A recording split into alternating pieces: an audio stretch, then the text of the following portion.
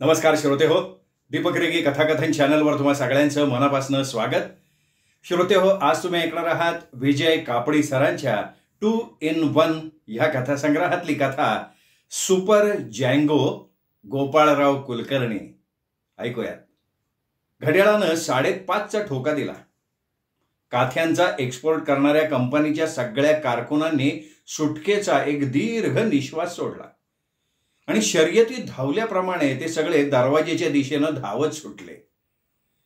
गोपाळराव कुलकर्णी मात्र अद्याप मान खाली घालून पुढ्यातल्या स्टेटमेंटमधली चूक गादीतला ढेकूण शोधावा त्याप्रमाणे शोधत होते. नेहमीप्रमाणे ते आयुष्याबद्दल संपूर्ण निराश झालेले होते.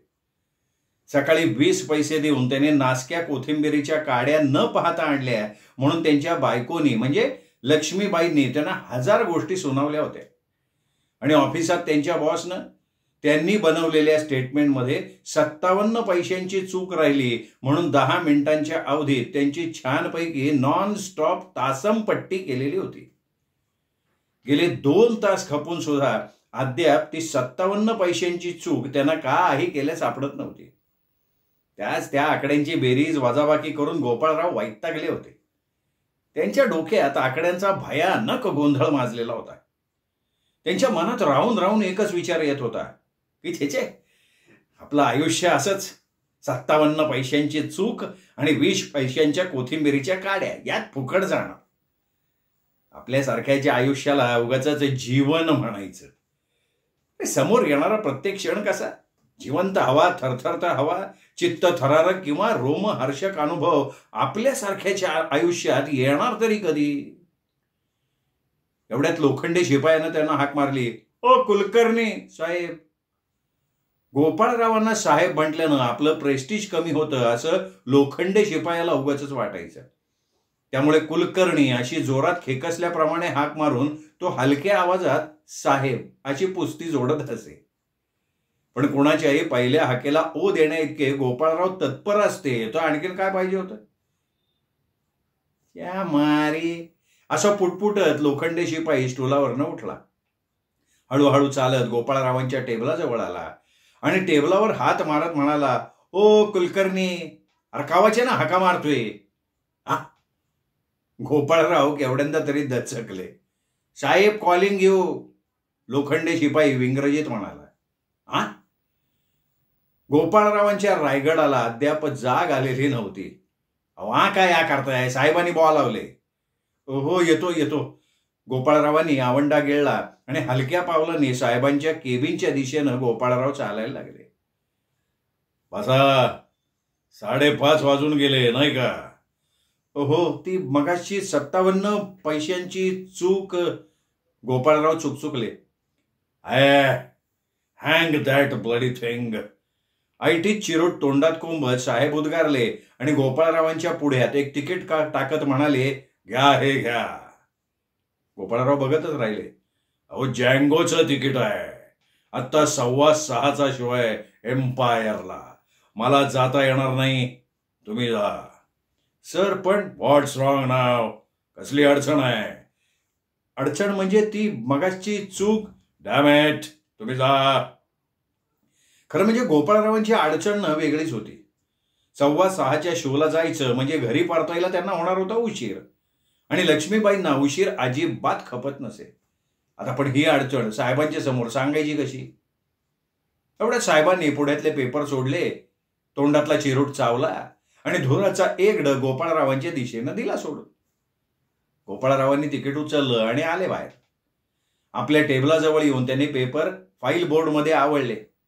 टेबलावर आपली काही वस्तू राहिली आहे का अशा अर्थानं एक नजर फिरवली आणि ते पडले ऑफिसच्या बाहेर. त्यांच्या पुढे मोठाच प्रश्न होता. सिनेमाला जाण्यामुळे जवळजवळ 4 तासांचा घरी जायला उशीर होणार होता. गेल्या 15 वर्षांच्या सांसारिक आयुष्यात ते एकदा सुद्धा घरी उशिरा गेलेले नव्हते. लक्ष्मीबाईंचा धाकच होता तसा. विचारमग्न अवस्थेत ते तसेच पाय ओढत चालत राहिले. सहज त्यांची नजर वर गेली. समोरचं दृश्य बघून ते थबकले. विचार करता करता ते नकळत एम्पायर सिनेमाजवळ येऊन ठेपले होते. त्या एम्पायर सिनेमाच्या आवारात जँगोचा कार्डबोर्डचा 7 फूट उंचीचा भला मोठा पोस्टर लावलेला होता. जँगो. भडक रंगाची टाईट पॅन्ट, चौकड्यांचा रंगीत शर्ट, डोक्यावरची तिरकी टोपी आणि टोपीवर जँगोची बेदरकारी दर्शवणारं ते पीस, भेदक खोल डोळे, अप्र नाक, त्या खालची भुऱ्या रंगाची मिशी, कमरेवर जाडजूड पट्टा आणि त्यातून डोकावणारी ती पिस्तुलं, आणि ह्या सगळ्या वेशाला आणि आवेशाला शोभून दिसणारी चेहऱ्यावरची ती बेफिकिरीची छटा. गोपाळराव जँगोच्या त्या दर्शनानं खलासच झाले. एकदम त्यांच्या डोक्यात कसली तरी शिणीक आली आणि ते क्षणार्धात आतमध्ये पोचले सुद्धा. सिनेमागृहात काळोख होता. क्षणार्धात समोरचा पडदा उजळला. मुलायम अंगकांती प्राप्त करून देणाऱ्या साबळांच्या, गुळगुळीत दाढी करणाऱ्या ब्लेडच्या पात्यांच्या, खोकला आणि डोकेदुखीवर अक्सर इलाजवाल्या गोळ्यांच्या, गालावरच्या मुरमांच्या फोडांना जमीनदोस्त करणाऱ्या क्रीमच्या जाहिराती एकामागून एक करत धडकल्या. मग या सगळ्या गुळगुळीत जाहिरातींवर कडी करणारं मिळमिळीत इंडियन न्यूज सुरू झालं. आणि त्यानंतर सुरू झाला जँगो. डोळे विस्फारून आणि धडाडणारं काळीज मुठीत धरून गोपाळराव जँगो एकाग्र चित्तानं बघत होते. तो 1.5 तास कसा गेला गोपाळरावांना कळलंच नाही. त्यांच्या आत्तापर्यंतच्या आयुष्यातला तो सगळ्यात वेगवान काळ होता. सिनेमा संपला. गोपाळराव बाहेर आले. त्यांच्या मनावर जँगोचा विलक्षण पगडा पाडला होता. त्यांना आत्ता ह्या क्षणी काहीतरी ऍक्शन हवी होती. गर्दीतनं ते वाट काढत हळूहळू चालणं त्यांना आवडेनासं झालं होतं. त्या मंद चालीचा आणि सुस्त आयुष्याचा त्यांना मनस्वी तिटकाराच आलेला होता. कोणाला तरी जोरदार धक्का मारावा, 4-2 माणसांचे पाय तोडून मागे वळून न बघता आयटे दांड दांड दांड पावलं टाकत पुढं निघून जावं असं त्यांना वाटायला लागलं. कोणाच्या तरी कानाखाली खाडकन आवाज काढावा असाही अनावर मोह गोपाळरावांना व्हायला लागला. गोपाळरावांची सोडा वॉटरच्या बाटलीच्या काचा लावलेल्या चष्म्यातली नजर एकसारखी भिरभिरत होती. कुणावर तरी अन्याय होतोय असं त्यांच्या नजरेनं टिपण्याचा अवकाश, की मग गोपाळराव त्या नराधामाच्या नरडीचा घोटच घेणार होते. सज्जनाला दुर्जनाच्या तावडीतून सोडवण्याचं महापुण्य गोपाळराव आपल्या मनगटाच्या जोरावर साधू पाहत होते. टाइम्स इमारतीजवळच्या बसच्या थांब्याच्या दिशेनं गोपाळराव चालत होते. कधी नव्हे ते आज त्यांचं रक्त सळसळत होतं. डोळ्यात खून चढलेला होता. खांद्यात रुतलेली 32 इंच छाती आज कधी नव्हे ती जराशी पुढं आलेली होती. झाप झाप झाप पावलं टाकत ते निघाले होते आणि अचानक त्यांची दृष्टी समोरच्या दृश्यावर खिळून राहिली. 4 पावलांच्या अंतरावर एका तरुणीवर 4 जण अत्याचार करत होते. तिघांनी तिला घेरलं होतं आणि चौथा तिच्या कानाशी तोंड नेऊन तिला काहीतरी पटवून देत होता. त्या बिचाऱ्या तरुणीची नजर भेदरलेली दिसत होती आणि त्या चौघांचे डोळे धुंद दिसत होते. चाललेला प्रकार लक्षात यायला गोपाळरावांना वेळ नाही लागला आणि रस्त्यात साधं गमतीचं भांडण सुरू झालेलं दिसलं की फुटपाथ बदलून विरुद्ध दिशेनं मान खाली घालून होता होईतो लवकर तसल्या स्फोटक ठिकाणापासून दूर पळणारे गोपाळराव स्वतःच्या नकळत झटकन पुढे झाले. एका हातानं चौघांपैकी एकाची त्यांनी मानगूट पकडली, त्याला खेचला मागे. उरलेल्या दोघांना जोरात ढकललं आणि पुढे होऊन त्यांनी त्या तरुणीच्या कानात कुजबुजणाऱ्या तरुणाच्या शर्टची गळपट्टी धरून त्याच्या हनवटीवर एक ठोसा लावून दिला. 4ही बदमाश गोपाळरावांकडे आश्चर्याने आ वासून बघत राहिले. पण त्यांच्याकडे लक्ष पुरवायला गोपाळरावांना वेळ होता कुठे. पुढच्या क्षणी डाव्या हातानं त्या तरुणीचा हात धरून गोपाळराव धावत सुटले. गोपाळरावांनी मागे वळून बघितलं. 10-12 जण त्यांच्या दिशेनं धावत येत होते. चलिए चलिए जल्दी जल्दी चलिए मुझे वो लोग. तरुणीनं गोपाळरावांना घट्ट धरून एक हुंदकाच दिला. आता गोपाळरावांच्या पायांना विलक्षण गती आलेली होती. त्यात त्या सुंदर आणि त्यातल्या त्यात घाबरल्यामुळे अधिकच सुंदर दिसणाऱ्या तरुणीची त्यांना साथ मिळाली होती. मग काय विचारता. तिचा हात धरून गोपाळराव ऑलिम्पिक वेगानं धावत सुटले. लग्नात लक्ष्मीबाईंचं बोट भटजीच्या परवानगीनं आपल्या बोटात अडकवून सप्तपदी करताना त्यांच्या सर्वांगाला घाम फुटला होता. पण आजची गोष्ट वेगळी होती. सोबत लक्ष्मीबाईपेक्षा शतपटीनं सुंदर दिसणारी तरुणी होती आणि तिचा हात धरून गोपाळराव मोठ्या आत्मविश्वासानं धावत होते. मोठ्या चपळाईनं गोपाळराव रस्त्याच्या मध्यभागी आले आणि समोरून येणाऱ्या टॅक्सीला त्यांनी हात केला. कच्च मोठ्यांदा ब्रेक लावल्याचा आवाज झाला. टॅक्सी उभी राहिली. अरे क्या जान सस्ती हो गई क्या? टॅक्सी खाली नाहीये. टॅक्सीवाला खेकसला. आत काही माणसं बसली होती, पण त्यांच्याकडे लक्ष द्यायला गोपाळरावांना वेळ होता कुठे? कोटाच्या खिशाला लावलेलं तांबड्या शाईचं फाउंटन पेन बाहेर काढून ते पिस्तुलाच्या नळीसारखं टॅक्सीवाल्याच्या दिशेनं रोखत गोपाळराव घोगऱ्या आवाजात खेकसले, सुअर की औलाद, चुप नाही तर जान पे तुलेगी. आणि पुढच्या क्षणी टॅक्सीचं दार उघडून त्यांनी त्या तरुणीला आत कोंबलं आणि मागोमाग स्वतःला सुद्धा आत झोकून दिलं. खाड दिशी कोणाच्या तरी मुस्काटीत मारावी त्या थाटात त्यांनी टॅक्सीचं दार आपटलं आणि गरजले, चलो. गोपाळरावांचा तो एकंदर आवेश बघून टॅक्सी ड्रायव्हर झाला गरबगळीत. त्यातल्या त्यात त्या नकली पिस्तुलाची पडली होती भर. त्यांनी आपली मुकाट्यानं टॅक्सी सुरू केली. गोपाळरावांनी समोरच्या आरशातनं मागे बघितलं. त्यांचा तर्क बरोबर होता. मागची अँबॅसेडर गाडी त्यांच्या टॅक्सीचा पाठलाग करायला लागली होती. आपल्या हातात फाउंटन पेनऐवजी पिस्तूल असतं तर 2 गोळ्या उडवून आपला पाठलाग करणाऱ्या गाडीच्या टायरच्या चिंधड्या उडवल्या असत्या अशी कल्पना. सध्याच्या एकूण परिस्थितीला साजेशी उपमा योजायची असेल तर ही कल्पना बंदुकीची गोळी कानाला चाटून जावी त्याप्रमाणे त्यांच्या मनाला चाटून गेली. गोपाळरावांच्याकडे पिस्तूलच नव्हतं. टॅक्सी मेट्रो सिनेमाच्या आतल्या गल्लीमधनं मरीन लाईन स्टेशनच्या शेजारच्या रस्त्यावरनं चाललेली होती. मागच्या गाडीचा पाठलाग अजूनही चालू होता.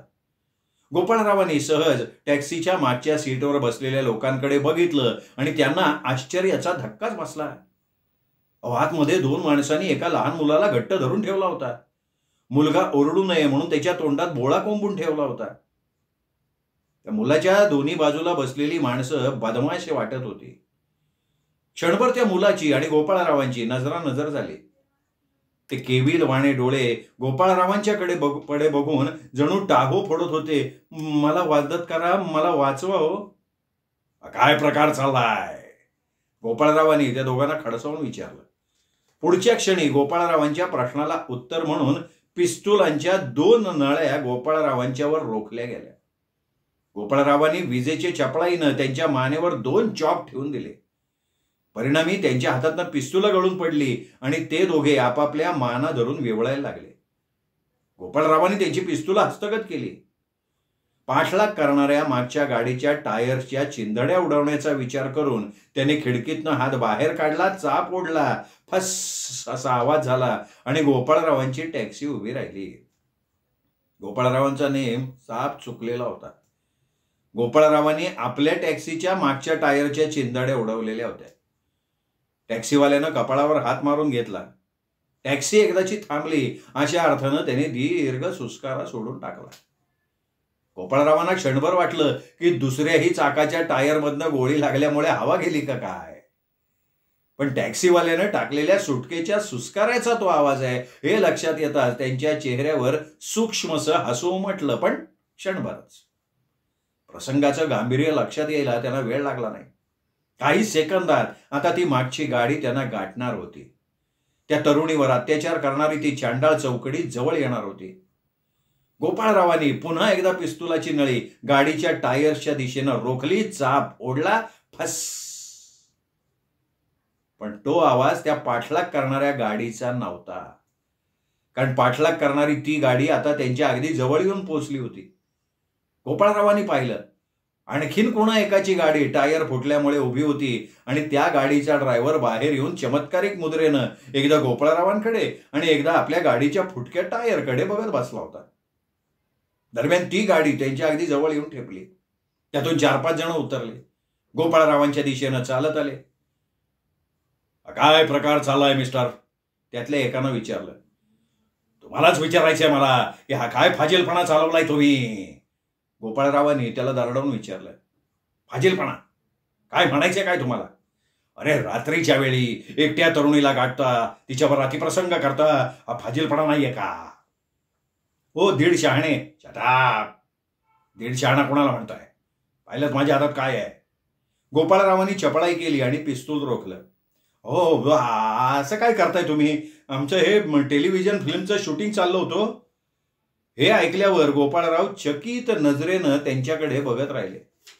गोपाळरावांना बिलगून उभ्या असलेल्या तरुणीकडे बघून तो माणूस म्हणाला, काय ग, तू का पळाली तिथनं त्यांच्याबरोबर? ईश्य, मला वाटलं आपल्या कथानकातला भाग आहे. आजकाल हे स्क्रिप्ट वाचायला मला वेळच मिळाला नव्हता. गोपाळरावांची नजर मागे वळली. मुलाला पकडून घेऊन जाणारे ते दोघे गोपाळरावांच्या दिशेनं येत होते. गोपाळराव बावरले, पण क्षणभर. पुढच्या क्षणी मोठ्या चपळाईनं पुढं होऊन त्यांनी त्या दोघांच्या मानगुटी आपल्या पोलादी पंजात आवळल्या आणि दोघांची डोकी एकमेकांच्या डोक्यावर आपटली. गोपाळरावांची ती जँगो छॅप ॲक्शन त्या दोघांना इतकी अनपेक्षित होती की काय झालं हे कळायच्या आत दोघं खाली कोसळले. गोपाळरावांवरचं संकट एवढ्या संपलेलं नव्हतं. देनेवाला जब भी देता पुरा छप्पर फाडके देता या उक्तीनुसार देनेवाल्यानं आज त्यांना पुन्हा गुंड द्यायचं ठरवलेलं असावं. कारण ज्या भलत्याच गाडीचे टायर्स त्यांनी चुकून फोडले होते त्या गाडीतून चेहऱ्यावरून अट्टल बदमाश वाटणारे 3 इसम त्यांच्या दिशेनं यायला लागले. गोपाळरावांनी आपल्या कमरेला खोवून ठेवलेलं पिस्तूल बाहेर काढलं आणि ते ओरडले, एक पाऊल पुढे टाकाल तर खांडोळे उडवेन. आणि नेमक्या त्या क्षणी पोलिसांच्या गाडीचा भोंगा त्यांच्या कानावर आला. पोलिसांच्या गाडीचा भोंगा ऐकताच ते तिघे विलक्षण बावरले. एकदम त्यांच्या पायाला वेग आला, ते पळत सुटले. पण गोपाळराव त्यांच्यापेक्षा चपळ. पटकन पुढे सरून त्यांनी एकाच्या पायात पाय घातला, त्याला खाली पाडला. पाय घालण्याची क्रिया चालू असताना एक हात लांब करून त्यांनी दुसऱ्याची मानगूट पकडली आणि पुढच्या क्षणी डोळ्याचं पातळ लवतं न लवतं तोच पळून जाणाऱ्या त्याच्या साथीदारावर त्याला ढकलून दिला. मग काय पुढचं काम पोलिसांनी उरकलं. सगळ्यांना पटकन अटक झाली. सब इन्स्पेक्टर साळवी गोपाळरावांजवळ येत त्यांच्याशी हस्तांदोलन करत म्हणाले, अरे वा वा वा, तुम्ही तर कमालच केलीत. कित्येक वर्षांपासून आम्ही ज्या स्मगलरांच्या पाठीमागे होतो त्यांचा काही क्षणात तुम्ही भोगा करून टाकला. तो अहो, त्यांच्या या गाडीत चोरट्या सोन्याचा साठा आहे. केव्हापासून आम्ही त्यांचा पाठलाग करत होतो, पण केवळ तुमच्या चपळाईमुळे हे बदमाश पकडले गेले. दिल्लीहून एक चाणाक्ष अधिकारी इथे येणार होते. ते अधिकारी तुम्ही तर नाही? नाही हो, माझं नाव गोपाळराव कुलकर्णी, काथ्यांचा एक्सपोर्ट करणाऱ्या कंपनीत कारकून आहे मी. हे ऐकून सब इन्स्पेक्टर साळवींच्या डोळ्यापुढे अंधेरी आली. ह्या तरुणीला आणि त्या चौघांना तुम्ही सोडून द्या इन्स्पेक्टर साहेब, त्यांची कसली तरी फिल्म घेणं चालू होतं. अहो, हे सगळे बोगस आहेत सिनेमावाले. सिनेमात हिरोईन बनवतो असं आमिष दाखवतात, मुलींना भलत्याच मार्गाने लावतात. हे समाजकंटक आहेत. आणि बरं का इन्स्पेक्टर, त्या टॅक्सीत एका मुलाला त्याच्या तोंडात बोळा खुपसून ठेवलाय, ते पाहिलं का तुम्ही? गोपाळरावांनी माहिती पुरवली. अरे छा, मुलं पळवणारी टोळी सुद्धा तुम्ही पकडलेली दिसतीये. आश्चर्यानं सब इन्स्पेक्टर सावळी म्हणाले. अर्ध्या पाऊण तासात ती सगळी वरात पोलीस चौकीवर पोहोचली. जबानी, साक्षी, पुरावे इत्यादी सोपस्कार होईपर्यंत पहाट उगवली. सगळ्या वर्तमानपत्रातल्या बातमीदारांना बातम्यांचं घाबाळच मिळालेलं होतं. सब इन्स्पेक्टर साळवींनी मोठ्या अदबीनं वर्तमानपत्रांची एक प्रत गोपाळरावांकडे दिली आणि गोपाळराव ठळक मथळे वाचायला लागले. चोरट्या सोन्याचा 2 लाख रुपयांचा साठा सापडला. नकली सिने दिग्दर्शक निर्मात्यांना अटक. पळवला गेलेला मुलगाही सापडला. गोपाळरावांना मोठी गंमत वाटली. एवढ्या सनसनाटी बातम्या त्यांना एकदम कधीच वाचायला मिळाल्या नव्हत्या. सहज त्यांनी पुढचा मजकूर आणि छापून आलेला फोटो बघितला. त्या फोटोतल्या माणसाला आपण कुठंतरी पाहिलाय अशी दाट शंका त्यांना आली आणि त्यांना धक्काच बसला. तो फोटो त्यांचाच होता ना. वर्तमानपत्रात त्यांचं नाव आणि अल्पचरित्र आलं होतं छापून. त्यांच्या नकळत त्यांचे डोळे विस्फारले गेले. काळीज लक्कन उडालं आणि गोपाळराव एकदम खालीच कोसळले. गोपाळरावांना जाग आली त्यावेळी ते गिरगावातल्या मालवणकर चाळीत त्यांच्या खोलीतल्या पलंगावर पडून होते. त्यांच्यासमोर सब इन्स्पेक्टर साळवी बसले होते आणि उजवीकडे लक्ष्मीबाई बसल्या होत्या. लक्ष्मीबाईंच्या नेहमीच्या वटारल्यासारख्या दिसणाऱ्या डोळ्यात प्रेम सांडत होतं. आले ग बाई, शुद्धीवर आले, परमेश्वराची कृपा हो. लक्ष्मीबाईंनी डोळ्यांच्या काडा पुसल्या. गोपाळरावांनी कूस बदलली, डोळे मिटून घेतले. त्यांना थंडी वाजून आली, ताप चढला. 4 दिवसांनी गोपाळरावांचा ताप उतरला. गोपाळरावांना त्यांच्या बहादुरीबद्दल बक्षीस मिळालं. अभिनंदनपर तारांचा त्यांच्यावर वर्षाव झाला.